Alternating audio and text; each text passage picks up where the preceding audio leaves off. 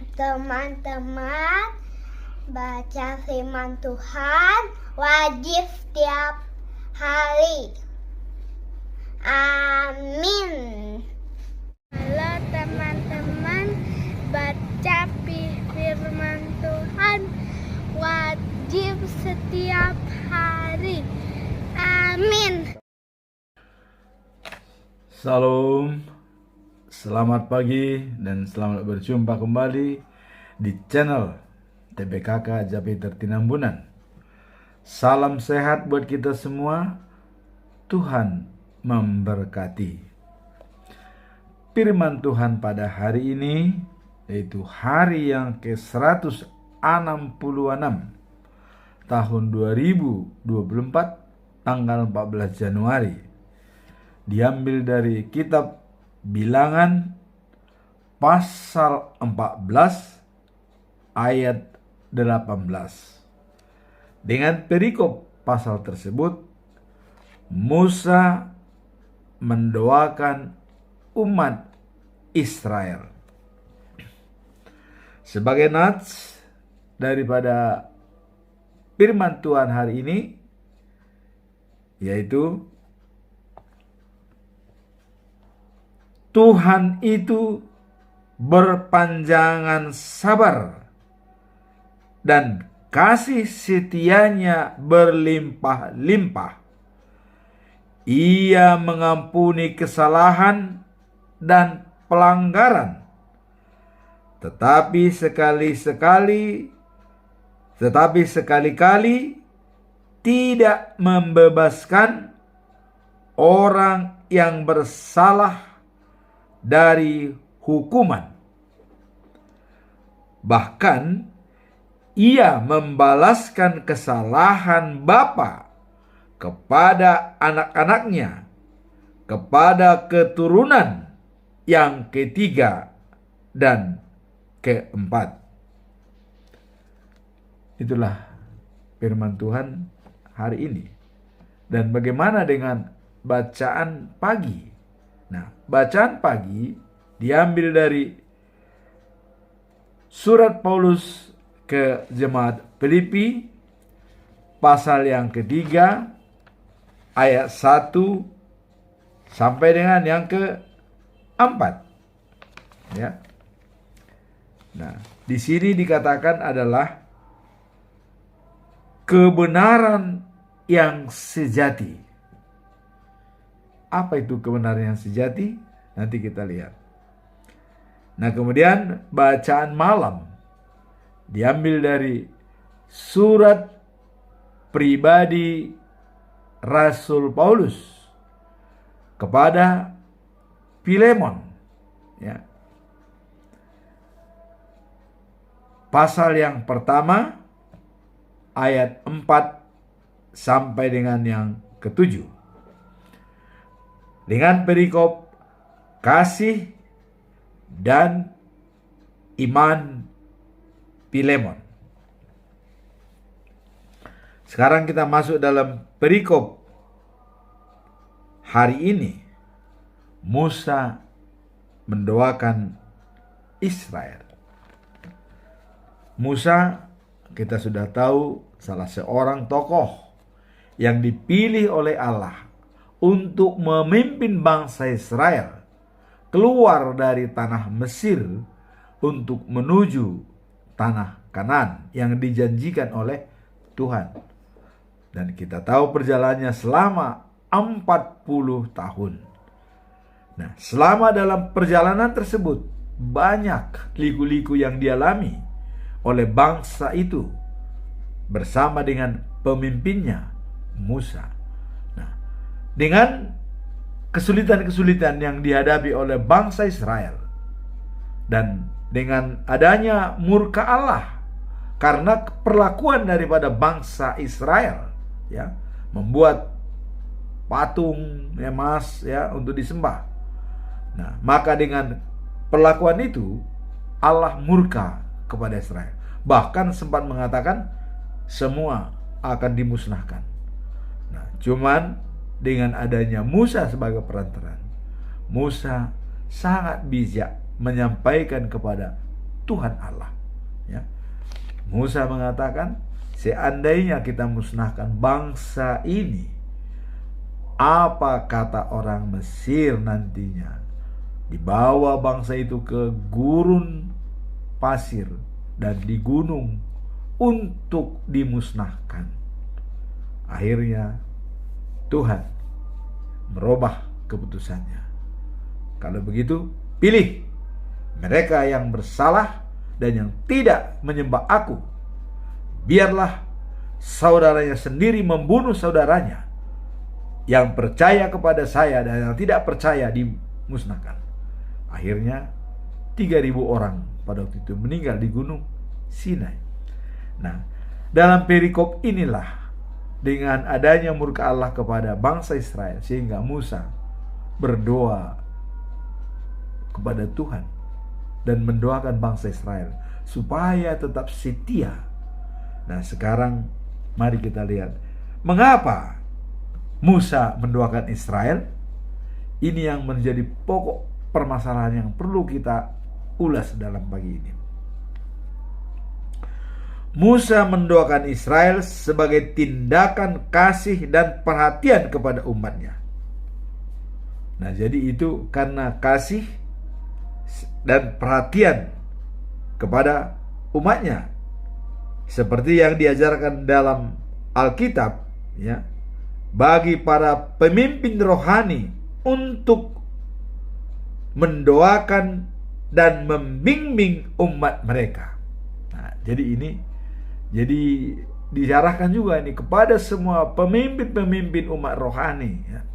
Mungkin kalau di Indonesia itu ada uskup, ya, ada paus, ya, dan hamba-hambanya para pendeta harus selalu mendoakan umatnya supaya tetap setia. Inilah merupakan gambaran, ya, arti daripada Musa mendoakan umatnya dalam Alkitab, ya.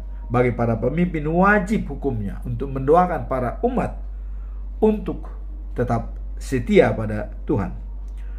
Musa mendoakan Israel sebagai bentuk intervensi spiritual.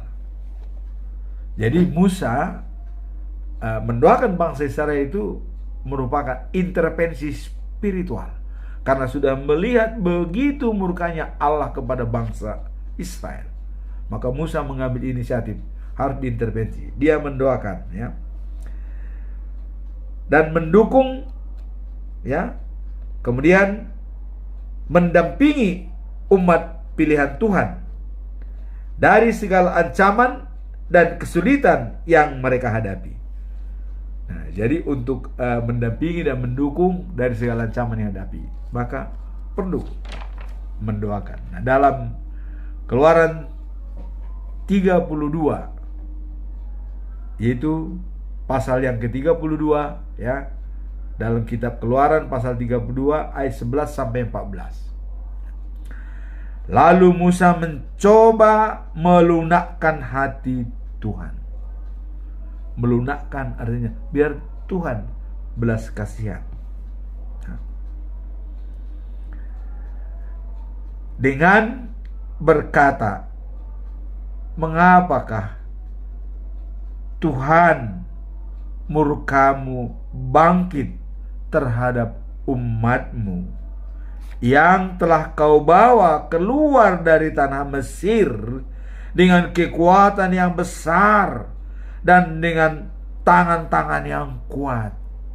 Tangan-tangan yang kuat itu artinya selalu dijaga oleh Tuhan, ya, menghadapi perjalanan di laut, ya, yang tidak bisa dilewati, laut terbuka, mereka lepas, ya. Bangsa Israel keluar dari Mesir juga mengalami hal-hal yang banyak, sampai 10 kejadian, ya. Dan kejadian terakhir setelah anak sulung bangsa Mesir meninggal, baru Raja Firaun membolehkan keluar dari Mesir. Jadi dengan tangan-tangan yang kuat sudah mengeluarkan bangsa Israel. Itulah dikatakan oleh Musa di sini bahwa lalu Musa mencoba melunakkan. Dia mencoba melunakkan hati Tuhan. Mengapakah Tuhan murkamu bangkit terhadap umatmu yang telah kau bawa keluar dari tanah Mesir. Ini permohonan daripada Musa. Nah kemudian dikatakan lagi oleh Musa, orang-orang Mesir akan berkata, katanya, mereka membawa bangsa itu ke gunung untuk dimusnahkan. Nah kemudian Musa juga mengatakan, ingatlah ya kepada nenek moyang mereka itu ada Abraham, ya, Ishak dan Yakub atau Israel, ya, yang selalu setia kepada Tuhan. Kata Musa ini kepada Tuhan, ya, dia berbicara langsung. Dan janjimu akan membuat keturunan mereka, ya, menjadi seperti pasir di laut dan bintang di langit. Banyak. Itulah yang diingatkan oleh Musa kepada Tuhan, bahwa ingatlah kepada Abraham, Ishak dan Israel, hamba-hambamu, ya, sebab kepada mereka engkau telah bersumpah demi dirimu sendiri dengan berfirman kepada mereka, aku akan membuat keturunanmu sebanyak bintang di langit, dan seluruh negeri yang telah kujanjikan ini akan kuberikan kepada keturunanmu, supaya dia memilikinya untuk selama-lamanya. Nah inilah yang diingatkan kembali oleh Musa. Dan kalau seandainya memang dibunuh semua, ya selesai, nggak ada lagi penerus. Kira-kira begitu Musa menyampaikan kepada Tuhan Allah. Ya. Dan kita lihat dalam ayat 14, menyesallah Tuhan, ya, karena malapetaka yang dirancangkannya atas umatnya. Nah, itu dia, Tuhan Allah menyesal. Maka setelah itu berpalinglah Musa, lalu turun gunung dengan kedua loh hukum Allah dalam tangannya. Nah, jadi Musa waktu itu mungkin karena Tuhan mengatakan, lihat itu, bangsa itu sudah mendoakan aku, mereka menyembah berhala, sehingga marah sangat, Tuhan sangat marah. Nah maka Musa turun dari gunung, dilihatnya. Nah kedua loh itu ialah itu pekerjaan karya Allah. Jadi yang ada karya Allah di dunia ini adalah pada loh batu itu. Itu Tuhan Allah sendiri yang menulis yang 10 firman tersebut, yang tertulis dalam hukum Tuhan, ya. Nah, lalu kembalilah Musa menghadap Tuhan dan berkata, ya, bangsa ini telah berdosa sebab mereka telah membuat Allah emas lagi mereka, katanya. Nah, tapi sekarang kiranya engkau mengampuni dosa mereka. Jika tidak, ya, hapuskanlah kiranya namaku dari dalam kitab yang telah kau tulis. Wah, ya. Jadi memang perjuangan Musa ini sangat hebat, ya. Sampai dia mengatakan kepada Tuhan, kalau Tuhan tidak lagi mengampuni mereka, katanya, kalau tidak lagi mengampuni mereka, hapuskanlah namaku. Tidak usah kau cantumkan lagi namaku di dalam bukumu, katanya. Siap, artinya siap dia dicampakkan oleh Tuhan, kira-kira begitu, ya. Siap dia, ya. Kalau tidak dalam buku, dia tidak masuk surga, berarti masuk neraka. Dia siap ke neraka. Kira kalau memang demikian jadinya. Inilah pergumulan daripada Musa dengan Tuhan, ya. Dan Tuhan sangat bijak. Apa dikatakan Tuhan? Tuhan berfirman kepada Musa, siapa yang berdosa kepadaku, orang itulah yang akan kuhapuskan dari dalam kitab-kitabku. Jadi diberikan garis besar kepada Musa, siapa yang berdosa, dia akan kuhapuskan dari kitab-kitabku. Walaupun Musa meminta kepada Tuhan supaya dihapuskan dari buku daftar pustaka itu di surga ya, minta dihapuskan namanya. Kalau Tuhan tidak mengampuni mereka lagi, hapuskanlah nama saya. Inilah tanggung jawab seorang pemimpin kepada bangsa. Ya. Dia berani berkorban, berani dia menyerahkan diri, bertanggung jawab atas bangsa Israel. Coba, begitu hebat perjuangan daripada Musa. Ya. Nah. Dan Tuhan Allah memang sangat bijak. Yang berdosa kepadaku, namanya kuhapuskan dari tempatnya. Nah, cuman ini kadang-kadang permasalahan kepada teman-teman ya. Ada yang menganggap bahwa bayi itu suci. Nah, padahal dosa turun-temurun itu sudah ada. Sampai keturunan ketiga, keempat, dosa bapaknya ya. Nah, kenapa? Karena Adam sudah berdosa. Berarti sejak Adam berdosa, kita semua manusia itu, kita kan keturunan dosa. Keturunan daripada orang yang berdosa. Adam itu kan berdosa. Nah, kalau ada manusia itu katanya anak bayi kecil itu tidak berdosa, berarti bukan keturunan Adam. Keturunan siapa? Nah, semua keturunan Adam berdosa. Kenapa? Karena dia keluar dari Eden. Ya. Melanggar yang diaturkan oleh Tuhan. Jadi kalau ada orang bilang, oh kami tidak berdosa sejak lahir, salah besar. Kita sudah berdosa sejak lahir, ya, karena kita adalah keturunan Adam. Kecuali bukan keturunan Adam, baru tidak berdosa. Ya. Jadi semua keturunan Adam sudah berdosa sejak lahir. Ya, dan itu akan sampai keturunan. Dosa bapaknya akan diturunkan kepada anak-anaknya. Nah, cuman tadi Tuhan sudah mengatakan, ya, dosa kan bisa diampuni, ya. Pelanggaran dalam ayat ini, pelanggaran bisa diampuni, ya. Nah, tadi dikatakan itu dalam kesalahan dan pelanggaran, ya.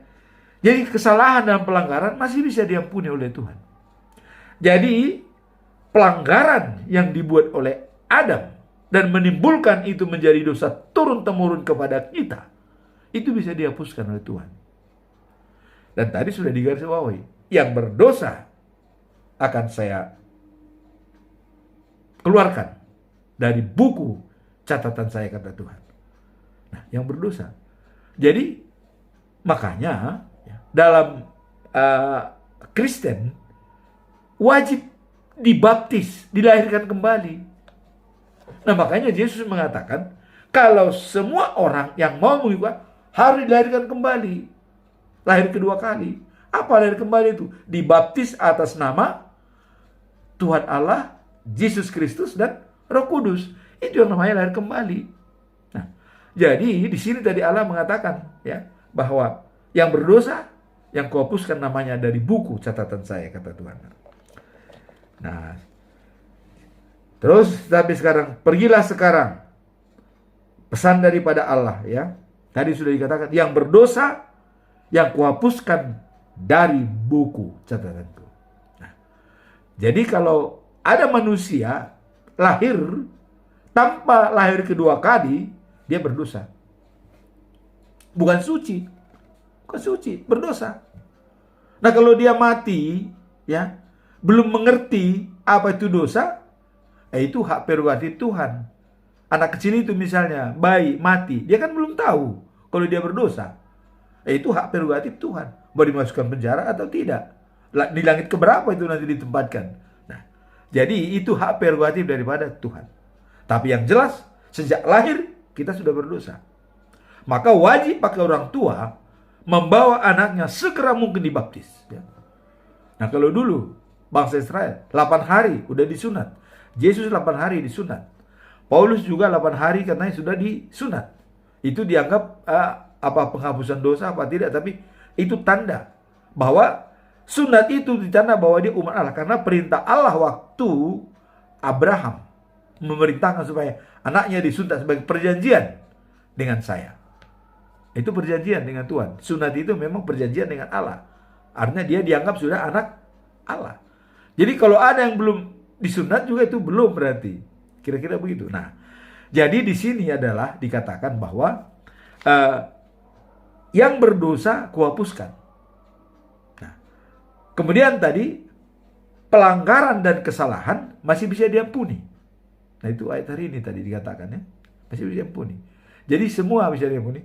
Nah, tapi yang jelas kita harus dilahirkan kedua kalinya baru bisa pewaris kerajaan surga.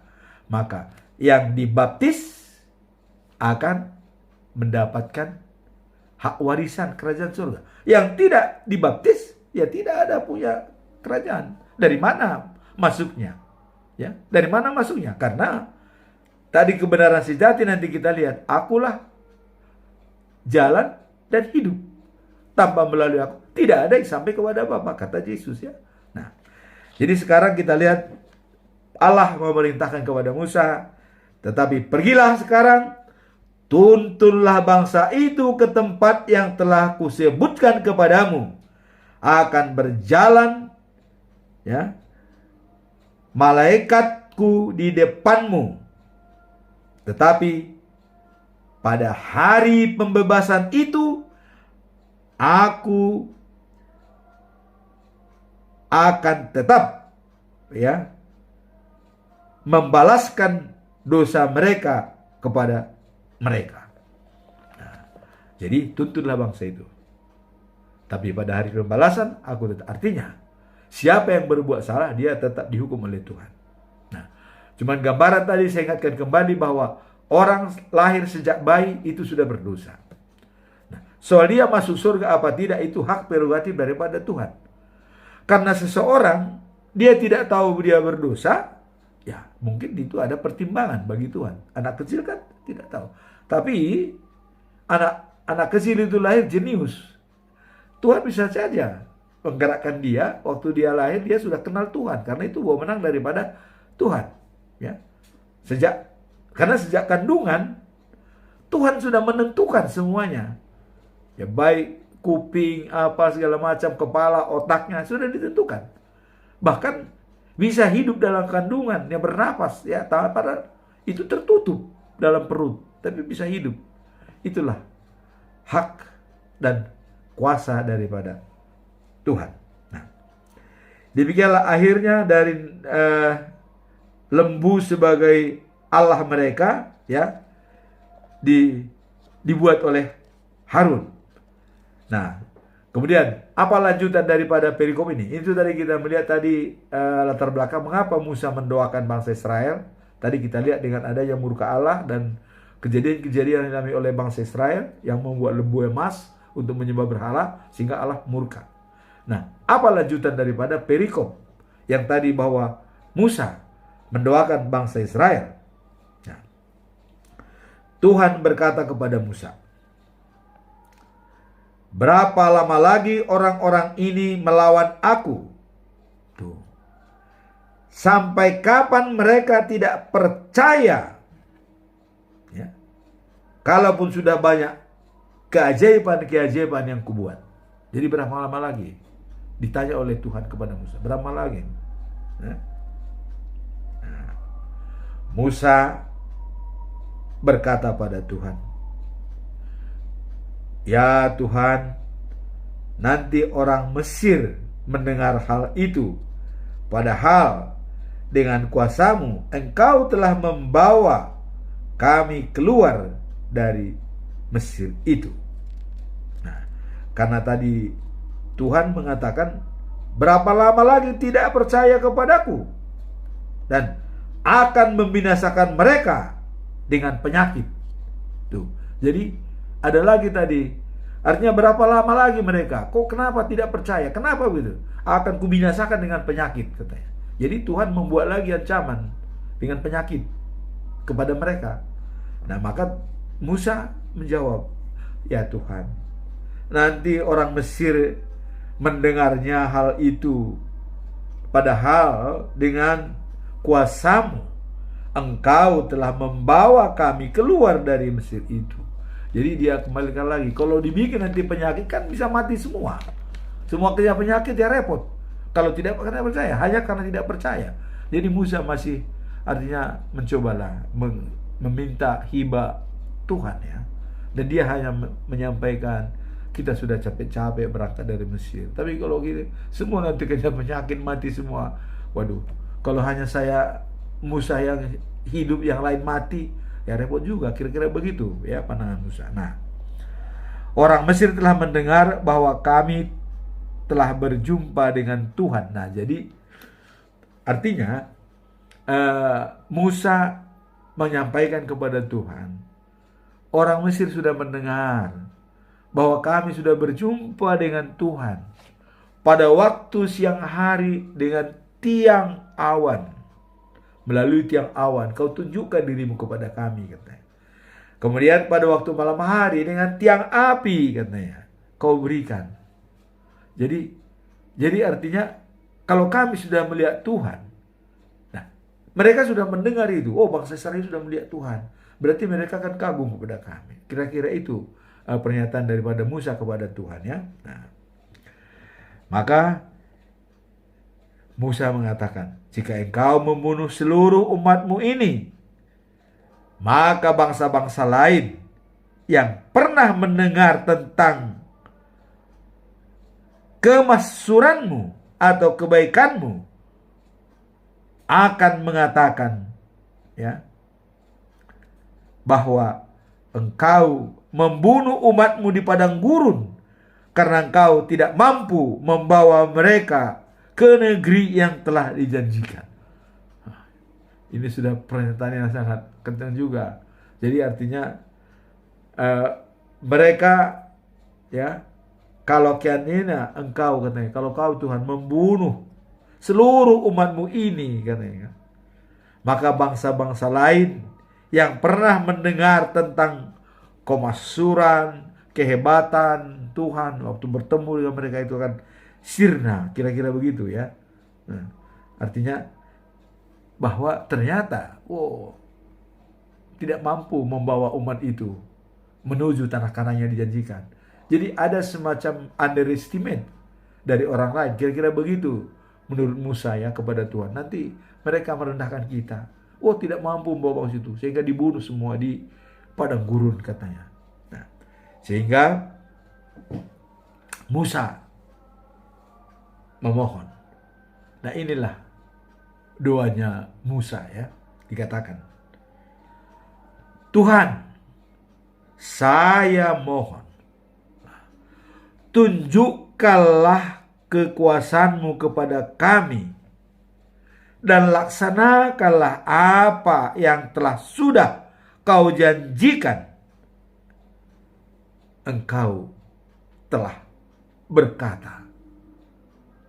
Nah, jadi Musa mengatakan itu, bahwa memohon kepada Tuhan, saya mohon tunjukkanlah kekuasaan kepada kami dan laksanakanlah apa yang telah sudah kau janjikan.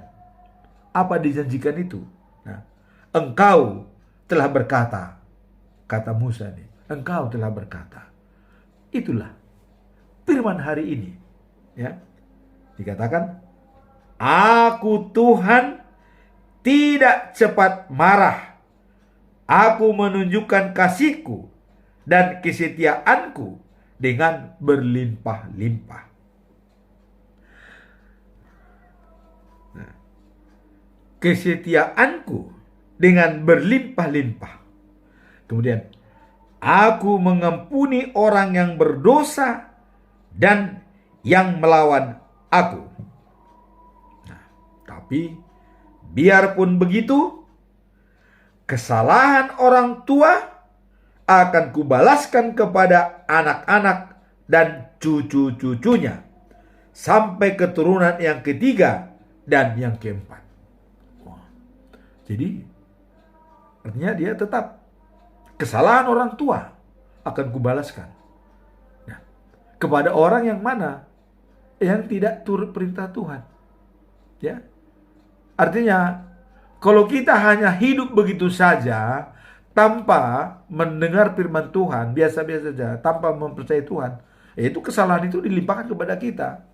Kesalahan dari turun-temurun, ya, dari orang tua, karena Adam salah, turun kepada keturunannya, cucunya. cucunya turun kepada cucu. Nah, sampai keturunan ketiga keempat, ya, itu akan turun. Nah, jadi, dan inilah ayat hari ini yang didahului dengan permohonan Musa kepada Tuhan. Jadi dengan Musa ya memohon kepada Tuhan, doanya tadi, Tuhan, saya mohon, katanya, tunjukkanlah kekuasaan-Mu kepada kami, dan laksanakanlah apa-apa yang telah sudah Kau janjikan. Karena Engkau berkata, katanya. Dalam pasal 14 ayat 18, ayat tadi dikatakan, Tuhan itu berpanjang sabar dan kasih setianya berlimpah-limpah. Ia mengampuni kesalahan dan pelanggaran, tetapi sekali-kali tidak membebaskan orang yang bersalah dari hukuman. Nah, bahkan ia membalaskan kesalahan bapa kepada anak-anaknya, kepada keturunannya yang ketiga dan keempat. Inilah firman Tuhan hari ini. Jadi Musa mendoakan umat dan memohon kepada Tuhan, karena Tuhan punya belas kasihan ya, kepada manusia. Tetapi Tuhan tetap akan mengingat dosa daripada bapak ke anaknya sampai keturunan ketiga dan keempat. Maka wajib hukumnya kita ya, berbaik dengan orang tua dan memohon kepada Tuhan agar tetap mendoakan orang tua kita ya masih hidup bersama dengan kita, bersinergi.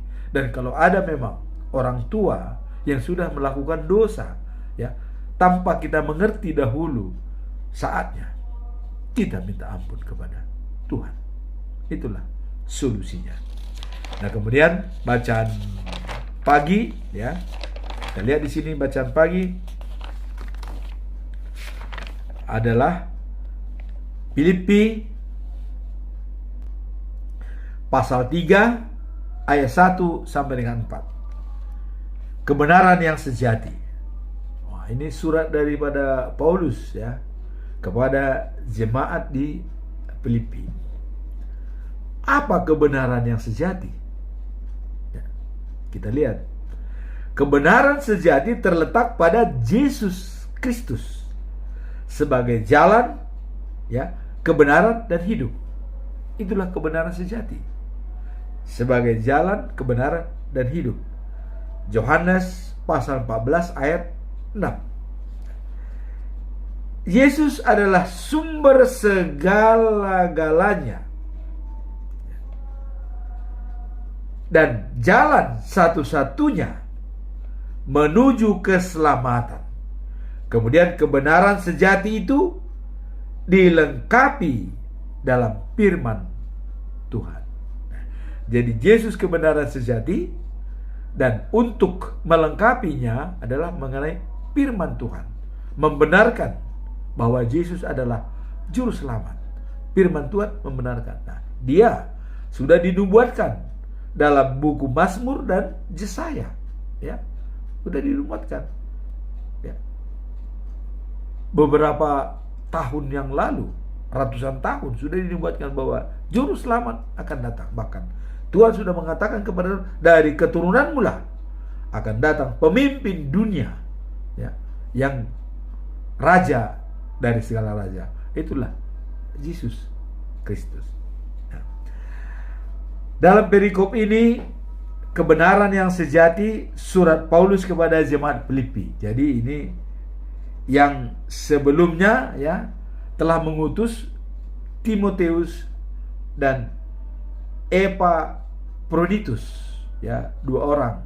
Timotius yang sangat taat dan sangat setia kepada Yesus, apalagi Epaphroditus, ya, seorang yang imannya sangat kuat untuk menjaga kebersamaan dalam jemaat Filipi, walaupun dia ya, dikirim oleh jemaat Filipi untuk menjaga Paulus di penjara sampai dia sakit hampir mati, tapi dia tetap sayang kepada jemaat di Filipi. Apalagi waktu jemaat Filipi mendengar dia sakit, mereka gelisah, dia tidak senang. Makanya Paulus mengirimkan kembali untuk datang ke Filipi supaya rakyat Filipi, masyarakat Filipi, jemaat yang ada di Filipi kembali ya terhibur, dan kegembiraan itu akan timbul dengan mereka bersama dengan Epaphroditus yang diselamatkan oleh Tuhan Allah di penjara bersama dengan Paulus untuk menjaga Paulus, ya.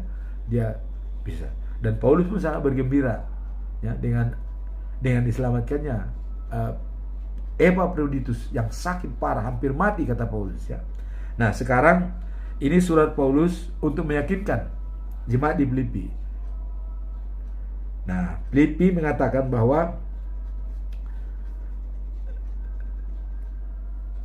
surat Paulus kepada jemaat Filipi yang sebelumnya Timotius dan Epaphroditus. Nah, sekarang untuk memberikan dukungan ya dan bimbingan kepada jemaat Filipi, ya,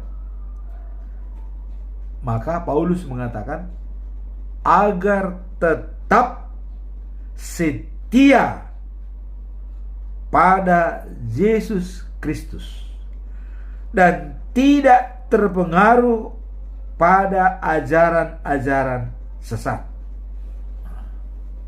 Itu yang ditugas yang disampaikan oleh Paulus. Tidak terpengaruh ajaran-ajaran sesat, tetapi tetap setia kepada Yesus Kristus, karena itulah kebenaran yang sejati. Apa sih ajaran-ajaran sesat itu? Nah, coba kita lihat dalam Filipi ya, pasal yang ketiga ayat 9. Ajaran-ajaran sesat di Filipi adalah ketidakpercayaan terhadap keselamatan karya Yesus Kristus dan keyakinan bahwa keselamatan dapat dicapai melalui usaha sendiri. Jadi jemaat itu sudah ngawur. Keselamatan itu sudah dikatakan hanya melalui Yesus. Tapi mereka bilang, wah, bisa kita cari sendiri keselamatan, tanpa Yesus pun bisa selamat. Ya, selamat sih selamat, tapi dosa turun-temurun itu tetap menempel kalau kau tidak bertobat, tidak dibaptis, ya. Jadi makanya manusia tidak ada yang selamat kalau dia tidak percaya kepada Yesus sebagai juru selamat. Ya, jadi walaupun kita bisa besar, lahir, hidup, ya, tapi tidak percaya kepada Yesus, ya, tanda tanya menurut Alkitab, ya, tidak bisa masuk dalam kerajaan surga.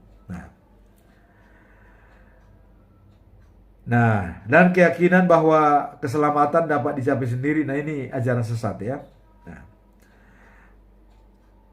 Nah, kemudian dan berada dalam Dia bukan dengan karena kekuatan sendiri. Itu dikata. Jadi kalau kita berada dalam Tuhan bukan dengan kekuatan sendiri, ya, karena mentaati hukum Taurat, bukan, ya. Jadi kita berada dalam Dia bukan karena mentaati hukum Taurat, bukan karena kekuatan diri sendiri. Kalau karena hukum Taurat kita selamat, ya tidak ada artinya Yesus Kristus datang ke dunia untuk membenarkan, ya. Karena bukan hukum Taurat yang bisa membenarkan kita masuk surga, bukan. Dengan adanya datang Yesus ke dunia, karena hukum Taurat itu sudah dibagi dua oleh Yesus. Pertama, kasihanilah Tuhan Allahmu dari segenap hatimu, dari segenap jiwamu, dan segenap kekuatanmu. Hukum kedua, hormatilah manusia seperti dirimu sendiri. Jadi kalau istilahnya bahasa Arabnya itu habul minallah, habul minanas, kan begitu. Nah, itulah salib, ya kan? Vertikal itu Allah, horizontal itu manusia, ya. Jadi bukan jin kafir di salib itu, bukan, ya. Maaf nih. Nah, jadi bukan dengan mentaati hukum Taurat, katanya, bukan dengan kekuatan sendiri, melainkan dengan kebenaran karena kepercayaan kepada Kristus, ya, yaitu kebenaran yang Allah anugerahkan berdasarkan kepercayaan Paulus, ya. Nah, itu yang dianggap Paulus itu seperti itu. Jadi bukan karena kekuatan sendiri, bukan karena hukum Taurat, tetapi melainkan adalah karena kebenaran yang pada Allah dan percaya kepada Yesus Kristus. Nah, kemudian Paulus akhirnya dibilang, saudara-saudaraku, hendaklah kalian bergembira karena kalian sudah bersatu dengan Kristus. Jadi kita bergembira kalau sudah bersatu dengan Kristus. Nah, karena hal itu baik untuk keselamatan. Jadi kuncinya adalah bersatu dengan Kristus.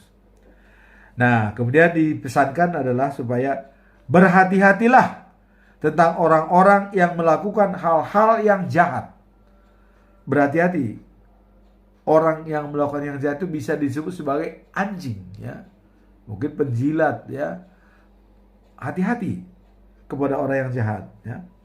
Nah, maka mendesak supaya orang-orang disunat. Nah, itu ada orang, ya udah disunat katanya supaya lepas dari kejahatan. Nah, tapi Paulus mengatakan, kitalah telah menerima sunat sejati. Jadi Paulus mengatakan sudah menerima sunat sejati kalau sudah percaya kepada Tuhan.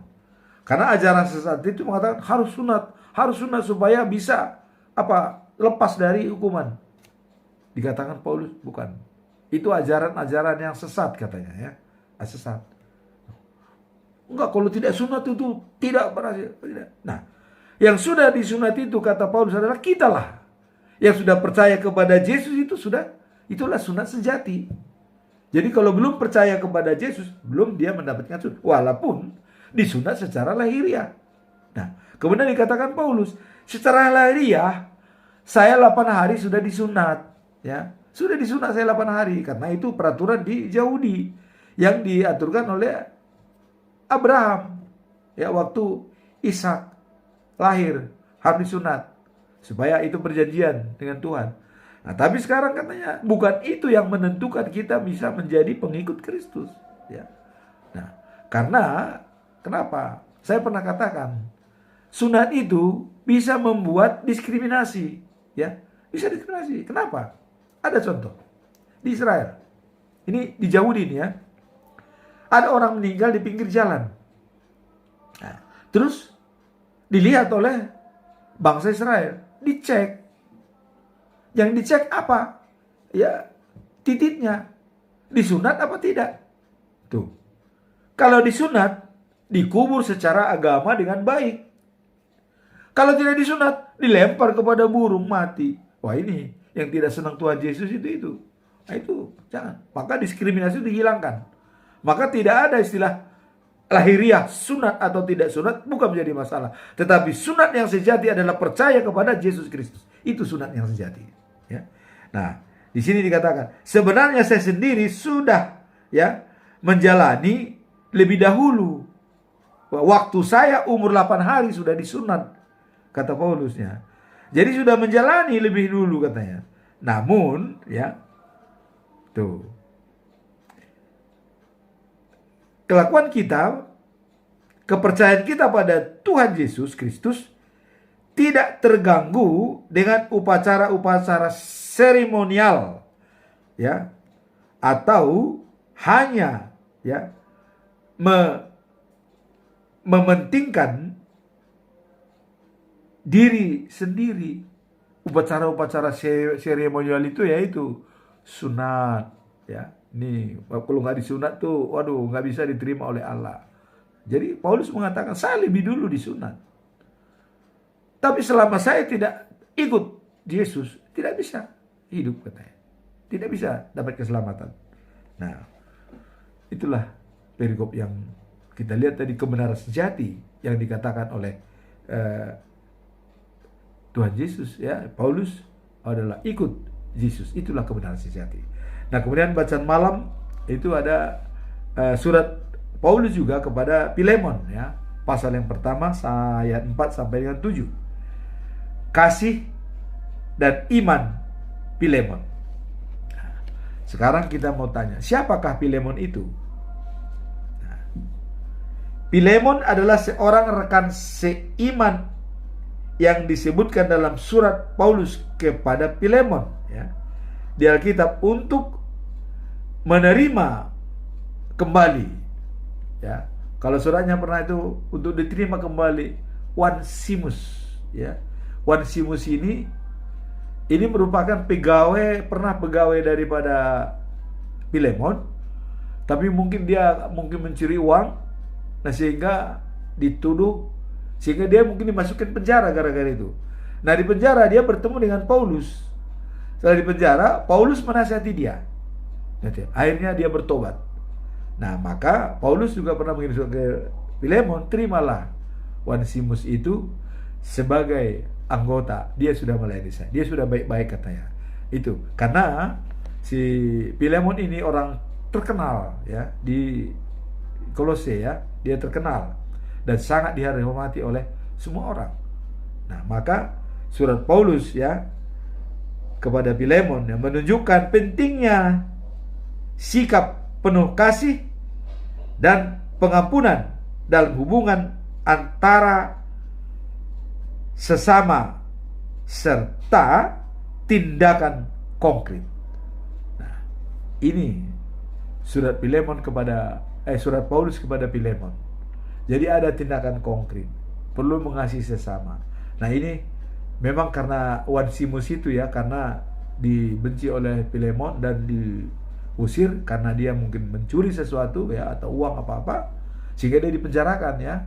Nah, di penjara dia bertemu dengan Paulus. Nah, dalam perikop ini kasih dan iman Filemon. Jadi ini ditujukan ini kasih dan iman Filemon, ya. Nah, Rasul Paulus menulis surat pada Filemon begini kira-kira. Nah, Paulus mengatakan begini, setiap saya berdoa selalu menyebut nama Filemon, katanya. Namamu selalu saya sebutkan, saya bawa dalam doa, ya. Dan berterima kasih pada Tuhan Allah. Nah, kenapa Paulus selalu menyebut Filemon dalam doa? Ya, karena bahwa Paulus mendengar, ya, dikatakan saudara sungguh-sungguh percaya kepada Tuhan Yesus dan mengasihi sesama umat Allah di Filipi. Inilah kegembiraan Paulus, karena Filemon itu sungguh-sungguh percaya kepada Yesus Kristus dan mengasihi jemaat yang di Filipi. Dia dermawan, Filemon ini, ya, dermawan dia, murah hati, rendah hati, ya, memberikan. Nah, itulah makanya Paulus, saya selalu berdoa kepadamu, katanya. Nah, kemudian pesan Paulus kepada Filemon, semoga persaudaraan kita sebagai orang-orang yang percaya akan menghasilkan pengertian yang lebih besar atas segala berkat yang kita miliki karena bersatu dengan Kristus. Jadi dengan persaudaraan kita yang sejati menunjukkan kepada orang bahwa kita adalah pengikut Kristus dan kasih Kristus yang selalu berlimpah kepada kita. Menunjukkan dengan kita bersatu, bersinergi, maka orang lain akan melihat betapa baiknya orang-orang pengikut Kristus itu untuk mendapatkan keselamatan. Itulah kira-kira kesimpulan daripada Paulus dalam suratnya kepada Filemon, bahwa kasih dan iman Filemon yang sangat percaya kepada Tuhan Yesus Kristus dan juga sesama manusia yang ada di jemaat Filipi. Nah, kemudian dikatakan saudara Filemon terhadap semua umat Allah, ya, menggembirakan saya dan memberi dorongan atau memotivasi kepada saya. Jadi dengan kegembiraan daripada semua jemaat Allah yang di Filipi, itu membuat Paulus itu gembira dan termotivasi. Ada motivasi tersendiri, ya. Sungguh baik. Nah, kemarin juga dia termotivasi dengan kelakuan daripada Epaphroditus dan juga Timoteus, ya, juga di jemaat Filipi. Karena Filipi ini adalah jemaat yang didirikan oleh Rasul Paulus. Kemudian apa kesimpulan kita setelah mendengar dari 3 perikop tadi? Perikop pertama yaitu Musa mendoakan Israel agar tetap berbaik dengan Tuhan Allah, dan bahkan Musa, ya, meminta pertolongan Tuhan karena kasih-Mu membawa bangsa itu keluar dari Mesir. Tetaplah kasihani. Itulah yang Tuhan Allah mengasihi bangsa Israel. Tetapi Tuhan mengatakan, saya tidak akan ampuni bagi orang yang bersalah, yang kena hukuman. Bahkan dosa daripada bapaknya pun itu tidak bisa dihapuskan kalau dia tidak bertobat.